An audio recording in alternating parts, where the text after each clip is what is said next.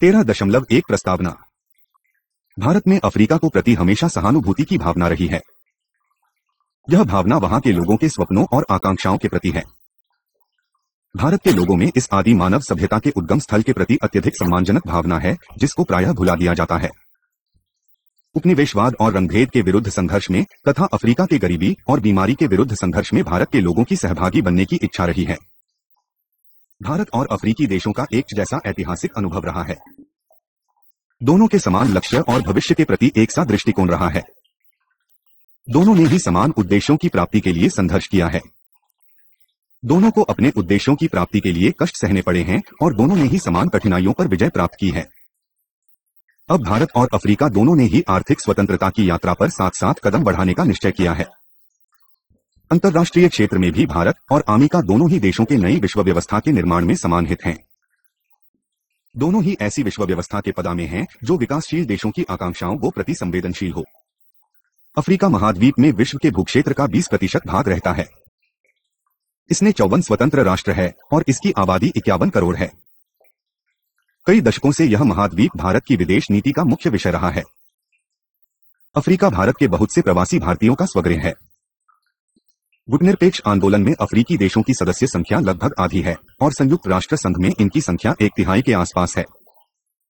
इस महाद्वीप में बहुत बड़ी संख्या में मानव संसाधन, विशाल प्राकृतिक संसाधन और पर्याप्त आर्थिक संभावनाएं विद्यमान हैं। इसका भारत की विदेश नीति और राजनय में विशेष तौर पर दक्षिण सहयोग के संदर्भ में महत्वपूर्ण स्थान है। भारत और अफ्रीका के बीच विभिन्न स्तरों पर शताब्दियों पुरानी सहयोग की परंपरा है। अफ्रीका हिंद महासागर के पार भारत का निकटतम पड़ोसी है। इसलिए ईस्वी सन से पूर्व भी इसने भारतीय आप्रवासियों को अपनी ओर आकृष्ट किया। पिछले कुछ दशकों से भारत और अफ्रीका उपनिवेशवाद, रंगभेद और जातिवाद के विरुद्ध संघर्ष में निकट सहयोगी रहे हैं। ये दोनों ही देश गुटनिरपेक्ष आंदोलन के विकास और विस्तार में विशिष्ट सहभागी रहे हैं। इन दोनों क्षेत्रों को एक जैसे सामाजिक, राजनीतिक और आर्थिक परिवर्तन के दौर से गुजरना पड़ा है। इसमें इन दोनों देशों की अर्थव्यवस्था का उपरीकरण भी शामिल है। गुटनिरपेक्ष आंदोलन, राष्ट्रमंडल, G15 और हाल ही में निर्मित हिंद महासागर तटवर्ती पहल के संदर्भ में और अन्य अंतर्राष्ट्रीय मामलों में भारत तथा अफ्रीका का दृष्टिकोण एक समान है।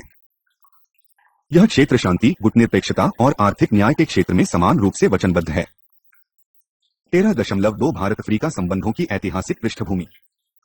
अफ्रीका के देशों के साथ भारत के संबंध वैदिक काल से हैं। शास्त्रों में उल्लिखित मिठा की विचारधारा और वैदिक विचारधारा में सादृश्य इस बात के साक्षी हैं। मिस्र के लोगों और हिंदुओं ने वर्णाश्रम व्यवस्था, कार्य की प्रकृति भी सिद्धांत के आधार पर जाति का विभाजन को स्वीकार किया। यह विभाजन विद्वान, ब्राह्मण, योद्धा, क्षत्रिय, व्यापारी, वैश्य और कृषक के रूप में था। यहाँ तक कि गंगा और नील नदियों के तटों पर जो धार्मिक चिह्न प्राप्त हुए वे भी समान थे। दोनों ही देशों में कमल का फूल सूर्य का प्रतीक था। दोनों ही देशों में आत्मा की अमरता के भी प्रतीक मिले हैं। ईसा पूर्व 8वीं शताब्दी में भारत और मिस्र के बीच नियमित व्यापारिक संबंध थे। ईसा पूर्व 2री शताब्दी में मिस्र में ममियों को लपेटने के लिए ऐसी सीनी और सोनाली व्यापारी आबनूस की लकड़ी, कपास और रेशमी कपड़ा भारत से ले जाते थे। 100 ई में ईसाइयत का उत्तरी अफ्रीका में आगमन हुआ। 150308 ही वो दौरान गुजरात और बंगाल के कुछ भागों में बर्बर और इथियोपिया को कपास के सामान तथा रेशमी वस्त्रादि का निर्यात होता था। सन 1657 में एबिसीनिया के राजा द्वारा भेजे गए दूत का भारत के राजा औरंगजेब ने स्वागत किया। सन 1692 से 93 के दौरान इथियोपिया और भारत को बीच व्यापार में पर्याप्त वृद्धि हुई। सन 1860 में भारत सरकार ने गुलाम रखना या गुलामों का व्यापार करना अपराध घोषित कर दिया। भारत से करार द्वारा मजदूरों को गन्ने के रोपण के लिए नेटाल लाया गया था। सन 1880 में भारत और जंजीबार के बीच तार की लाइनें पूरी की गई।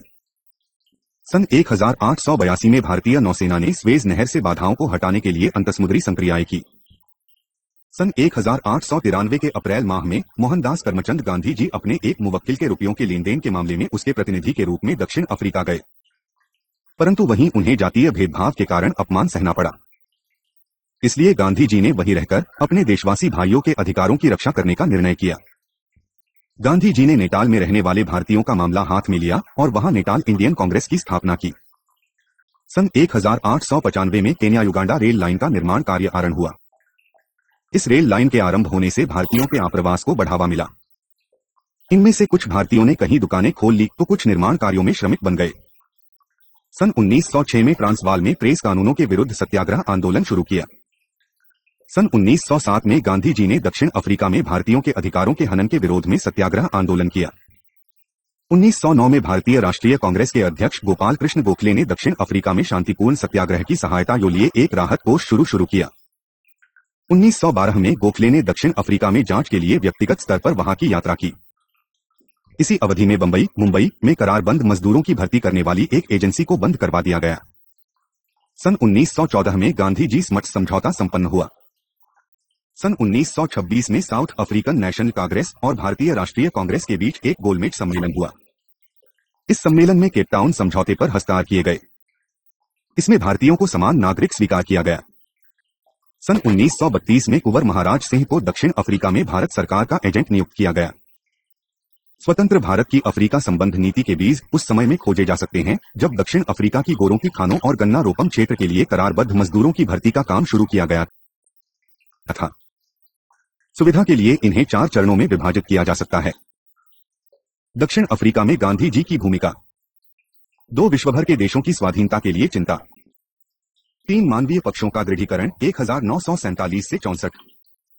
गुटनिरपेक्ष आंदोलन और भारत अफ्रीका संबंध। 2.1 दक्षिण अफ्रीका में गांधी जी की भूमिका। भारत से सर्वप्रथम फरारबद्ध श्रमिक 1860 में नेटाल आए। इसी से अफ्रीका के दक्षिणी और पूर्वी समुद्र तट के भीतरी क्षेत्रों में बड़े पैमाने पर भारतीयों के आवास की शुरुआत हुई। ये भारतीय वहीं ऐसी आप्रवास व्यवस्थाओं के अंतर्गत गए थे जो ब्रिटिश भारत सरकार और ब्रिटिश दक्षिणी और पूर्वी अफ्रीकी कॉलोनियों के बीच विभिन्न समझौतों पर आधारित थीं। भारतीय आप्रवास और जातीय आधार पर विकसित सामाजिक व्यवस्था पर जो प्रतिबंध लगाए गए थे शीघ्र ही वे अत्यधिक विवादास्पद विषय बन गए। 1893 में जब तक गांधी जी दक्षिण अफ्रीका में आए तब तक वहां के भारतीय आप्रवासियों में अंदर ही अंदर बढ़ता हुआ असंतोष व्यापक रूप धारण कर चुका था। गांधी जी ने शीघ्र ही अपमानजनक भेदभाव को स्वयं अनुभव किया और इसके विरुद्ध संगठित रूप से विरोध करने की आवश्यकता महसूस की। इसके एकदम बाद गांधी जी ने भारतीयों की समानता के लिए संघर्ष का नेतृत्व अपने हाथों में ले लिया। इसी बीच उन्होंने इंडियन ओपिनियन नामक एक समाचार पत्र निकालना शुरू किया और दक्षिण अफ्रीका में रहने वाले भारतीयों की शिकायतों के समाधान के लिए भारत और इंग्लैंड दोनों देशों के उन नेताओं से नियमित रूप से पत्र व्यवहार आरंभ किया जिन्हें उनके साथ सहानुभूति थी। 1901 में अपनी भारत यात्रा के दौरान गांधी जी ने भारतीय राष्ट्रीय Congress, Indian chamber of commerce तथा कुछ अन्य संगठनों को संबोधित किया और उनके मन में दक्षिण अफ्रीका में रहने वाले उनके भाइयों के प्रति भारत के लोगों में सहानुभूति पैदा की। सन 1907 में गांधी जी ने बड़ी सफलतापूर्वक यह प्रदर्शित किया कि ब्रिटिश सरकार ने उनके विरोध को अनसुना कर दिया है और दक्षिण अफ्रीका में जातीय भेदभाव खुले तौर पर प्रचलित है। इस स्थिति में ही गांधी जी के ऐतिहासिक सत्याग्रह आंदोलन को जन्म दिया और उन्होंने अपने इस आंदोलन को दक्षिणी अफ्रीका में 6 वर्षों 1907 से 13 तक जारी रखा और यह दिखा दिया कि विश्व के अत्याचारों से पीड़ित उन लोगों के लिए यह शक्तिशाली हथियार हो सकता है जिन्हें कोई महत्व नहीं दिया जाता, जो राजनीतिक दृष्टि से पराधीन है और आर्थिक दृष्टि से महत्वहीन है। इस अवधि को भारत की अफ्रीका के प्रति नीति यो विकास का वर्ण कहा जा सकता है।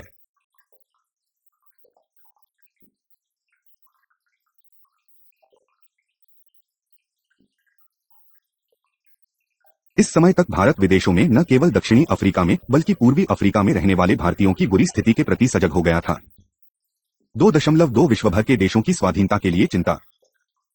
भारत और अफ्रीका के बीच संबंधों का दूसरा चरण 1914 से 1947 तक का है। इससे पूर्व की अवधि में भारत की अफ्रीका में रुचि का कारण अफ्रीका में रहने वाले भारतीयों की समस्याएं थीं, जो पूर्णतया राष्ट्रीय चिंता थी। लेकिन इसके बाद के चरण में चिंताओं का कारण कहीं अधिक व्यापक था। इसके बाद विश्वव्यापी मुक्ति की अवधारणा ने भावी स्वतंत्रता संघर्ष का मार्ग निर्धारित किया। प्रथम विश्व युद्ध के बाद पूर्वी अफ्रीका में समानता के लिए भारतीय के आंदोलन ने उग्र रूप धारण कर लिया। सन 1918 में पूर्वी अफ्रीकी नेशनल कांग्रेस की स्थापना हुई। भारतीय नेतृत्व के मार्गदर्शन में पूर्वी अफ्रीका ने शीघ्र ही यह अनुभव कर लिया कि उन्हें भी स्थानीय देशवासियों के हितों और स्थानीय लोगों के कल्याण को विशेष महत्व देना चाहिए। ब्रिटिश इंडियन लेजिस्लेटिव काउंसिल के सदस्य श्रीनिवास शास्त्री ने ब्रिटिश मिशनरी और प्रशिक्षक सी एफ एंड्रयूज और गांधी जी के कहने पर भारतीय समुदाय को यह स्पष्ट कर दिया कि भारत की जर्मनी के उपनिवेश पूर्वी अफ्रीका में उपनिवेश स्थापित करने में कोई रुचि नहीं है।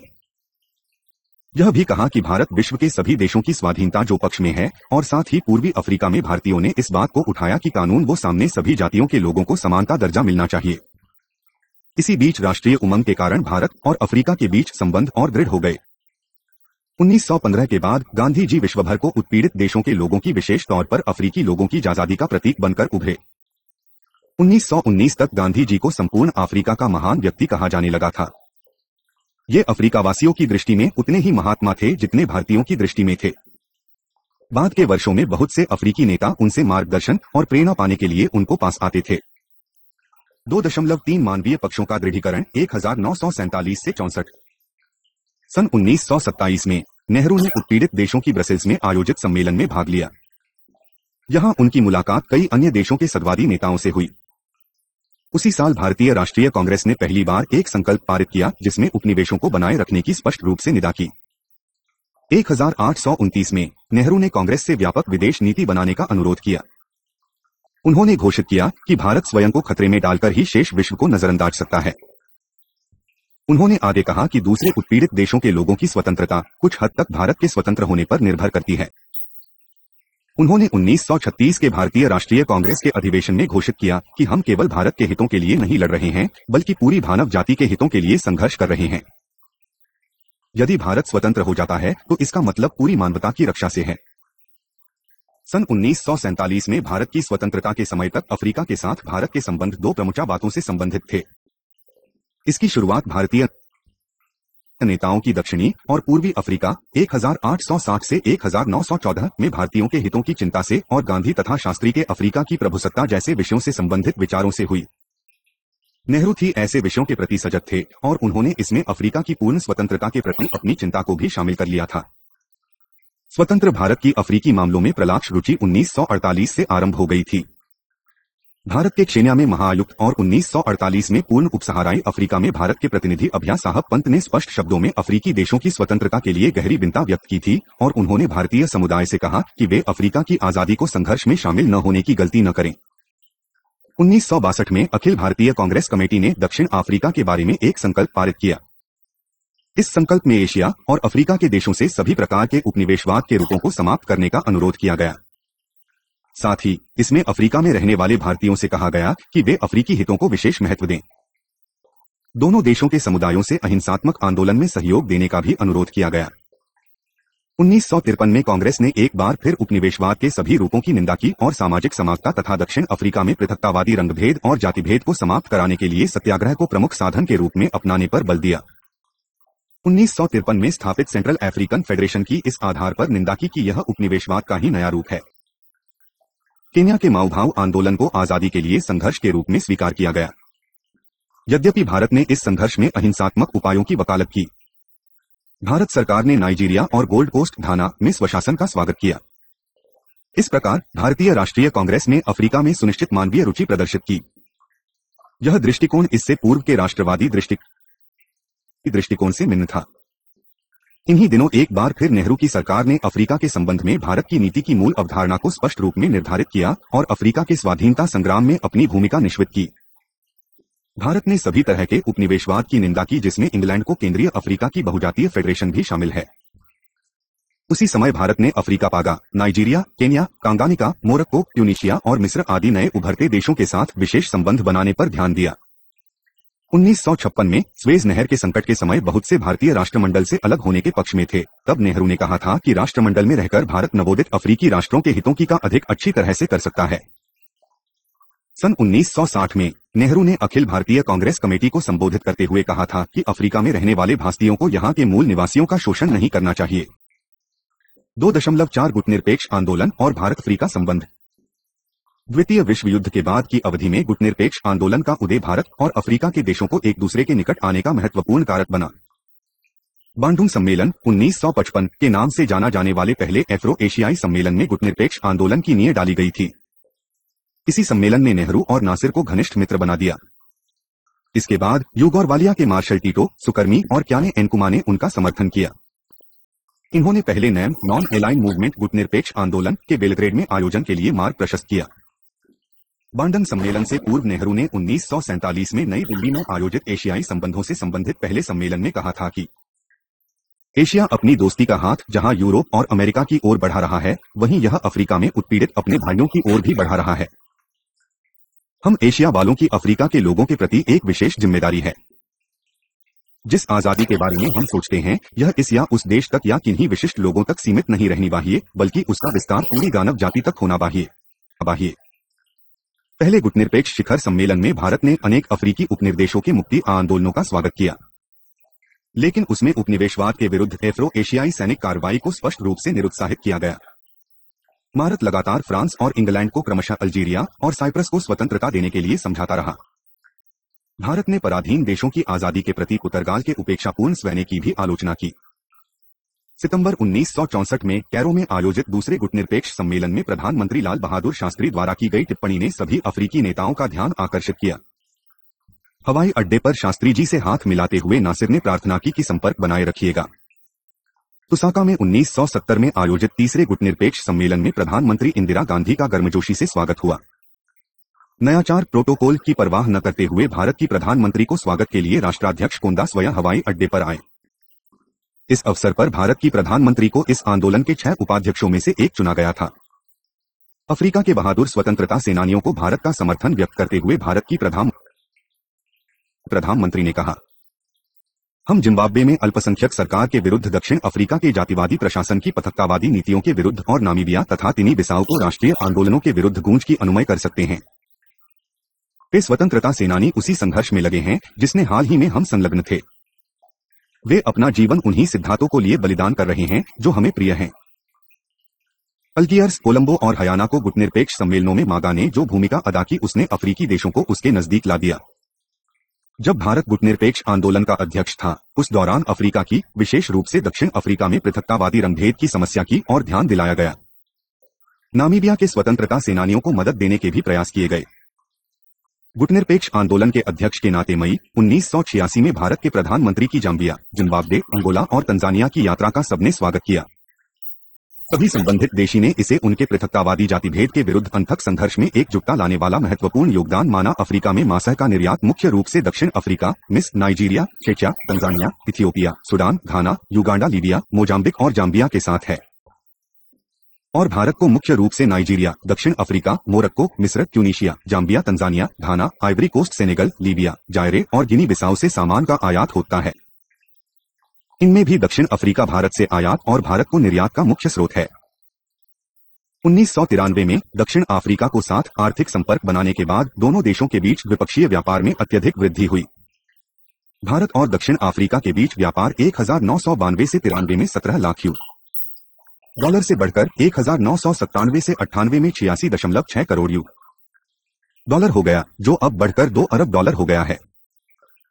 3.18 का और भारत के बीच व्यापार की वस्तुएं, दवाइयों, औषध सामग्री और औषध निर्माण विज्ञान तथा उच्च गुणवत्ता की रसायनें, इंजीनियरिंग का सामान, परिवहन के उपस्कर और वाहन, परियोजना सामग्री, मशीनें और उपकरण, लघु उद्योगों और मध्यम स्तर की औद्योगिक मशीनें।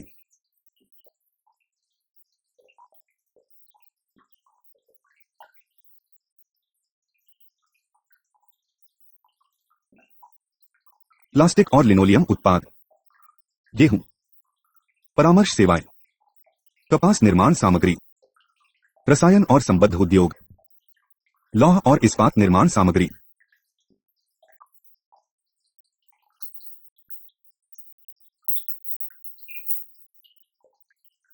तंबाकू, मसाले और चाय, गैर बासमती चावल, सूती बागा, कपड़ा, रबर से निर्मित उत्पाद, जूट से निर्मित उत्पाद। 3.2 अफ्रीका से भारत को आयात, चमड़ा और खाले, जंदर, संसाधित धमका, कच्चा तेल, पेट्रोलियम,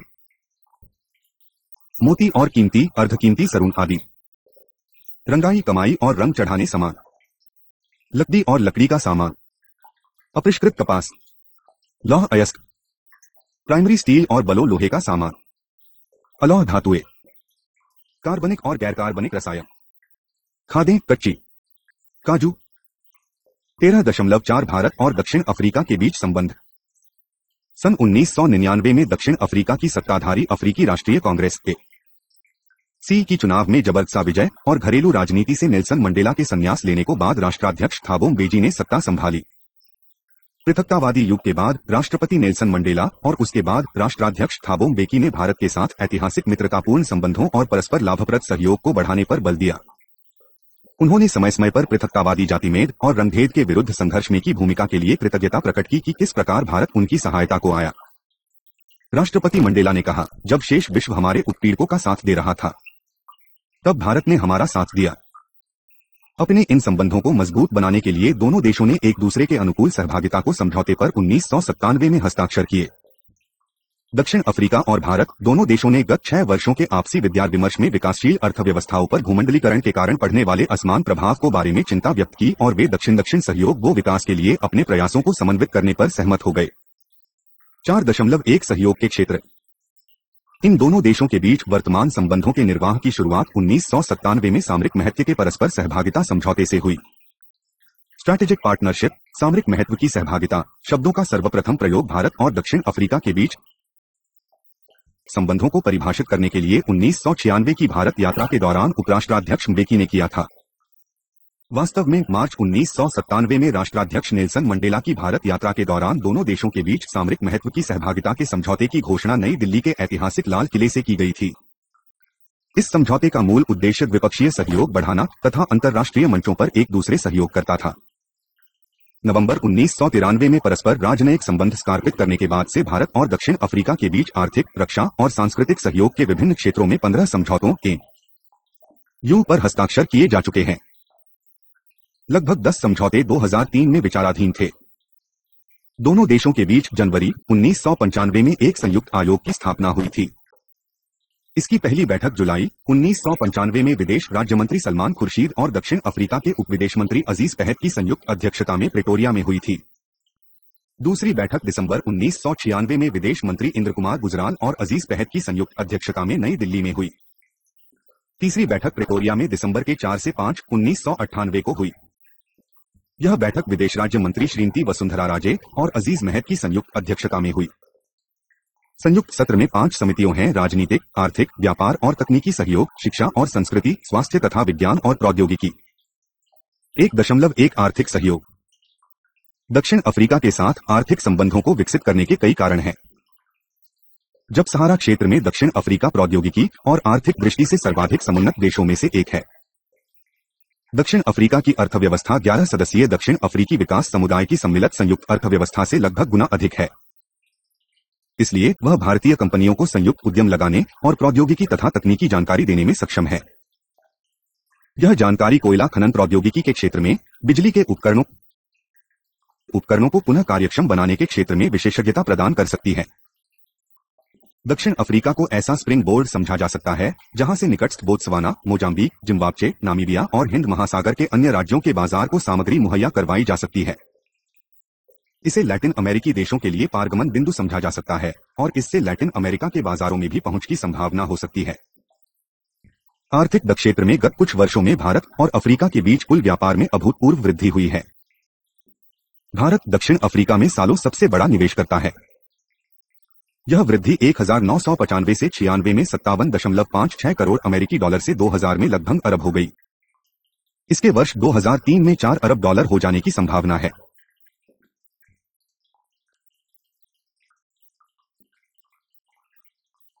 दक्षिण अफ्रीका ने लघु उद्योगों और कुटीर उद्योगों के विकास के लिए विशेषज्ञता के आदान प्रदान में रुचि दिखाई है। भारत से मुख्य रूप से कपड़े, चमड़े, खाल, रसायनों, मशीनों और उपस्करों तथा वनस्पति उत्पादों का निर्यात होता है और दक्षिण अफ्रीका से जिन प्रमुख वस्तुओं का आयात होता है वे हैं चातुए और उनके उत्पाद, रसायन, लकड़ी की लुगदी और कागज तथा खनिज उत्पाद। वर्ष 1994 में भारतीय उद्योग परिसंघ CI ने दक्षिण अफ्रीका के दक्षिण अफ्रीकी व्यापार मंडल ACE के साथ राष्ट्रीय अफ्रीकी वाणिज्य और उद्योग मंडल के परिसंघ, जिसे ब्लैक चेंबर भी कहते हैं, के साथ और साथ ही 1996 में अफ्रीकन्स हैवल्ला इंस्टीट्यूट, जो मुख्य रूप से अफ्रीकानर बैम्बर है, के साथ भविष्य में सहयोग के लिए विभिन्न समझौते पर हस्ताक्षर किए। कई भारतीय कंपनियों, जिनमें प्रमुख हैं ACE, टेक्सप्रोसिल, CI, टाटा कूप, B group, DCS, F Liberty Shoes, Ranbaxy, Torrent pharmaceuticals, Thapar group, Shriram industrial enterprises और कई अन्य छोटी कंपनियों ने पहले ही दक्षिण अफ्रीका में अपने कार्यालय स्थापित किए हुए हैं, जबकि एक्सिस बैंक और स्टेट बैंक ऑफ इंडिया ने जोहान्सबर्ग में तथा बैंक ऑफ बड़ौदा ने जर्मन में अपनी शाखाएं खोली हैं। 1.2 रक्षा के क्षेत्र में सहयोग। भारत और अफ्रीका के बीच रक्षा के क्षेत्र में व्यापार और संयुक्त उद्यम लगाने को लिए पर्याप्त संभावनाएं हैं। दक्षिण अफ्रीका में वर्षों से खाद्य सामग्री का मजबूत आधार खड़ा किया है। इसमें भी विशेष बल जमीनी प्रणालियों और हवाई प्रणालियों पर दिया गया है। नौसेना के क्षेत्र में विशेष प्रगति नहीं हुई है। 1987 को बाद से दक्षिण अफ्रीका में कोई नौसैनिक जलपोत नहीं बनाया गया है। इस महाद्वीप में दक्षिण अफ्रीका ही ऐसा देश है जहां शस्त्रास्त्रों का निर्माण और इनका निर्मात होता है। रक्षा सहयोग क्षेत्र में दक्षिण अफ्रीका को उपराष्ट्राध्यक्ष थाबो म्बेकी की दिसंबर 1987 की भारत यात्रा के दौरान दोनों देशों के बीच रक्षा उपस्करों के क्षेत्र में सहयोग से संबंधित समझौते पर हस्ताक्षर हुए थे। अक्टूबर 1997 में प्रधानमंत्री इंद्र कुमार गुजराल की दक्षिण अफ्रीका की यात्रा के दौरान दक्षिण अफ्रीकी रक्षा मंत्री जो मोडिस ने घोषणा की थी कि दोनों देश मिलकर रक्षा के क्षेत्र में सहयोग को बढ़ावा देंगे और उसमें तेजी लाएंगे। इस प्रयोजन के लिए दक्षिण अफ्रीका ने भारत को सभी प्रकार की धातु सामग्री, हार्डवेयर मुहैया कराने का प्रस्ताव किया। विशेष रूप से इस समझौते के अंतर्गत दक्षिण अफ्रीका भारत को 155 मील वाले बोफोर्स तोपों का असला, वैमानिकी और रात को देखने वाले उपस्कर उपलब्ध कराएगा। 1998 में भारत के थल सेनाध्यक्ष जनरल वेद प्रकाश मलिक ने घोषणा की कि भारत ने दक्षिण अफ्रीका की टयूमेट ओएमसी से 90 पॉस्पेर बारूदी सुरंगों से सुरक्षित आई-पर्सन कैरियर खरीदे थे। दक्षिण अफ्रीका ने 1999 ला कारगिल संघर्ष के दौरान बहुत कम सूचना अवधि में भारत को $4.7 करोड़ के 155 मील के तोम के गोलों की आपूर्ति की थी। दोनं ही पक्षों ने नौसेना के क्षेत्र में सहयोग में गहरी रुचि दिखाई है। दोनों देशों के नौसेना के जलपीतों ने एक दूसरे देशों की यात्रा की। IAS गोमती और IAS खुकरी दिसंबर 1994 में दक्षिण अफ्रीका गए। इस केंसबर्ग ने मार्च 1995 में मुंबई का सौहार्दपूर्ण दौरा किया। भारत दक्षिण अफ्रीका और दक्षिण अफ्रीकी विकास समुदाय के अन्य देशों की एक्सरसाइज ब्लू ब्रोन में प्रमुख प्रतिभागी था।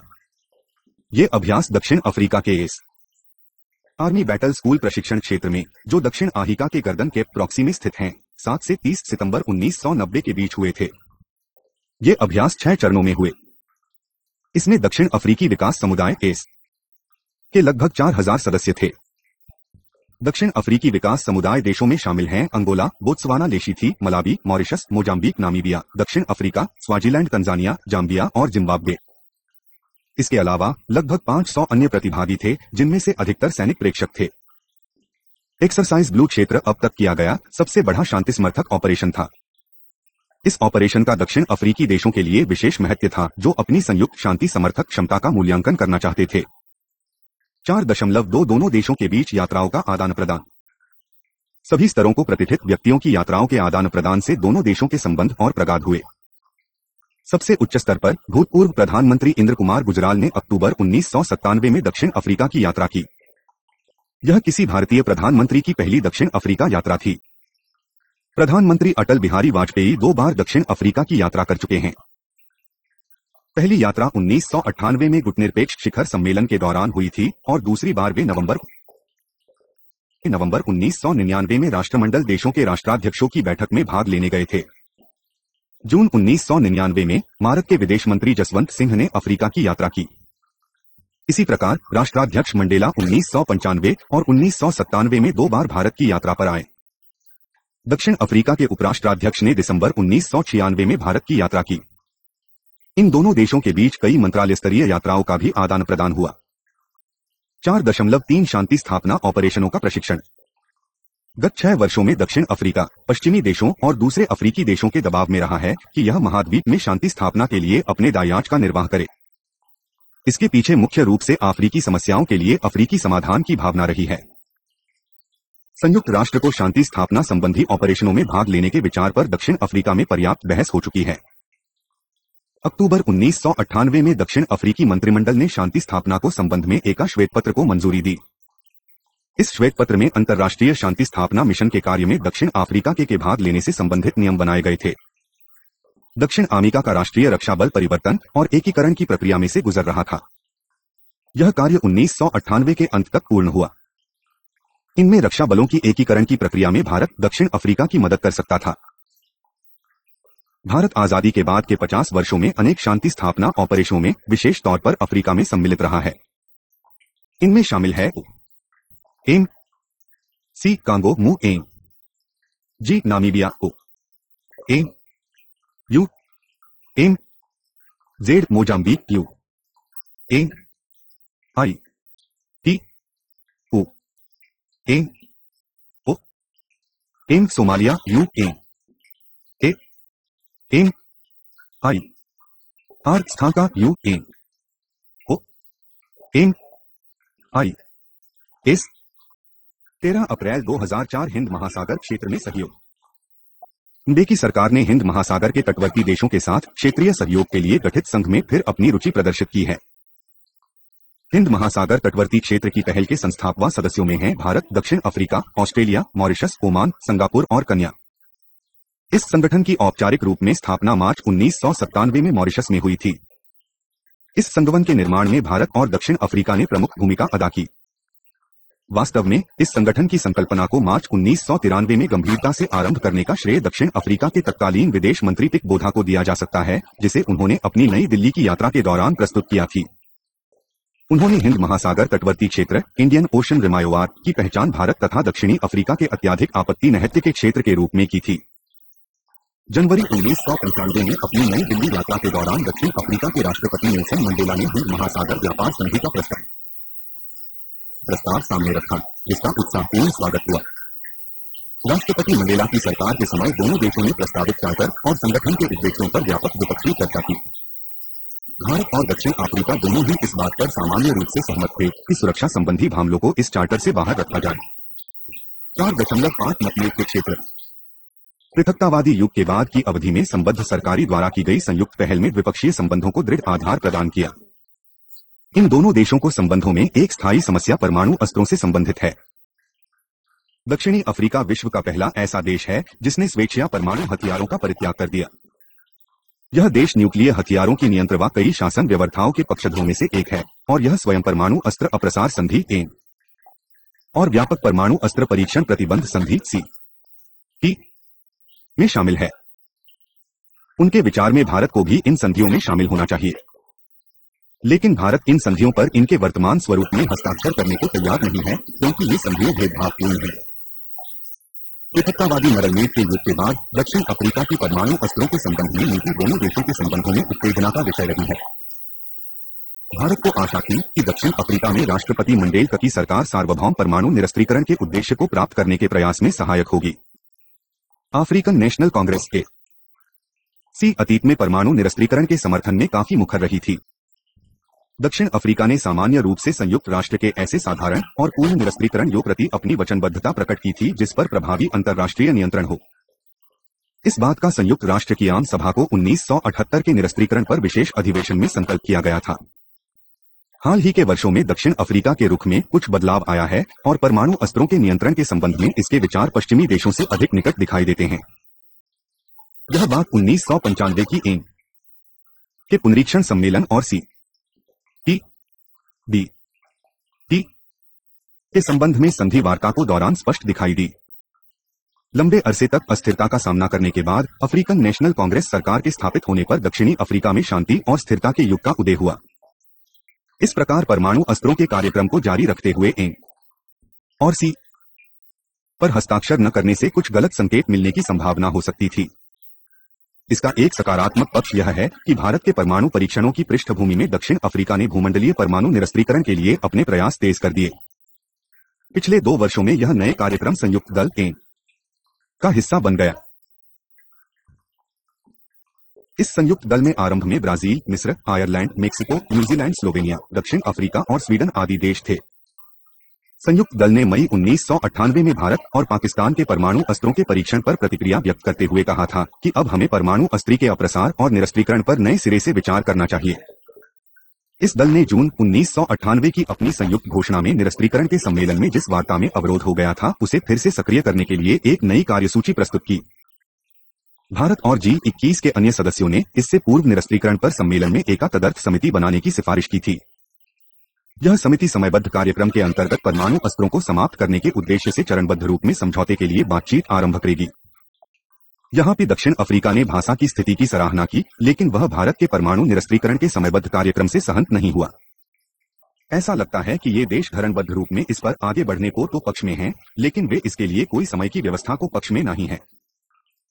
परंतु मई 1998 में पोखरण परमाणु परीक्षणों के बाद भारत 1986 में संयुक्त राष्ट्र में पूर्व प्रधानमंत्री राजीव गांधी द्वारा परमाणु निरस्त्रीकरण पर प्रतिपादित योजना से पीछे हट गया, जिसमें समयबद्ध रीति से निरस्त्रीकरण की बात कही गई थी। यद्यपि भारत अब भी चरणबद्ध रूप से निरस्त्रीकरण के पक्ष में है, लेकिन इसने निरस्त्रीकरण के लिए समयबद्धता के बारे में जोर देना बंद कर दिया।